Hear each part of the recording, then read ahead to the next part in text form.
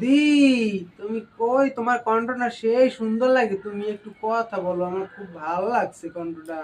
আমি তোমার না, আমি প্রেমে পড়ে যাই। তো কণ্ঠটা খুব ভালো লাগে। এই বদিলে কথা কও। আরে না না, আমার না একজন পরিচালক লাগে আসার সময় দেখা হয়েছে। সে বলছে অ্যাক্টিং করতে, অ্যাক্টিং। No no no.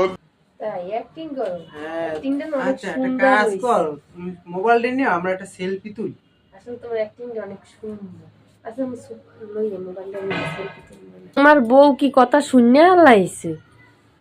আরে না না, কি কথা শুনি, এর কইছে আমি অ্যাক্টিং করি।